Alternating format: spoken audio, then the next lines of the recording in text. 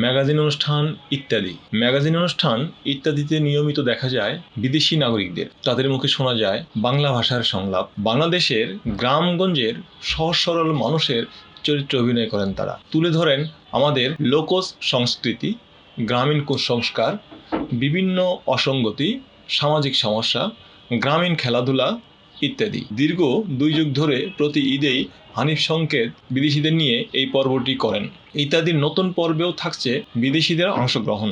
এবারের পর্বে অংশ নিয়েছেন Japan, Italy, Netherlands, Australia, France, চীন, Sweden, Romania, Denmark, Indonesia, Paraguay, যুক্তরাষ্ট্র সহ বিভিন্ন দেশের নাগরিকরা, যারা এদেশে বিভিন্ন দূতাবাস ও বিভিন্ন প্রতিষ্ঠানে কর্মরত। শত ব্যস্ততার মধ্যেও বিদেশিরা তাদের ছুটির দিনগুলোতে ইত্যাদির জন্য মহড়া করেন। বিদেশিদের নিয়ে এবারের ঈদে হানিফ সংকেত নির্মাণ করেছেন গুজব নিয়ে একটি নাটিকা।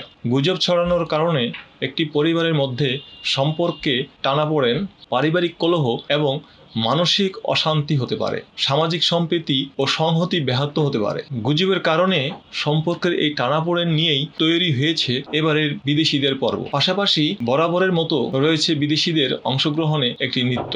নন্দিত নির্মাতা হানিফ সংকেত এবারের ইত্যাদিতেও একটি ভিন্ন আঙ্গিকের নাচের আয়োজন করেছেন। আর এই নাচটিতে অংশগ্রহণ করেছেন এই সময়ের ছোট পর্দার জনপ্রিয় 4 কন্যা সাফা কবির, সাদিয়া আইমান, সামিরা খান মাহি ও পারসা ইভানা। তাদের সঙ্গে রয়েছে একদল নৃত্যশিল্পী। নৃত্য পরিচালনা করেছেন ইভান শাহরিয়ার সোহাগ। উল্লেখ্য, ইত্যাদির ঈদ অনুষ্ঠানের নাচটি বিভিন্ন সময়ে বিভিন্নভাবে করা হয়েছে। ইত্যাদির প্রতিটি বিষয়েই খুঁজে পাওয়া যায় সমসাময়িক প্রসঙ্গ। সমাজের অসঙ্গতির বিরুদ্ধে তীব্র ব্যঙ্গ বিদ্রুপের কষাঘাত, সেটা গান, অভিনয়, নৃত্য সবকিছুতেই ফুটিয়ে তোলা হয়। ইত্যাদিতে পরিবেশিত দলীয় সঙ্গীতও তেমন একটা পর্ব। সমকালীন ও বক্তব্যধর্মী এবারের দলীয় সঙ্গীতের বিষয়ে দেখার চোখ ও বিবেকের চোখ নিয়ে।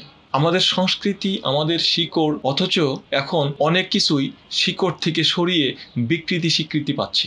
এসব বিষয় নিয়েই তৈরি করা হয়েছে এবারের দলীয় সঙ্গীত।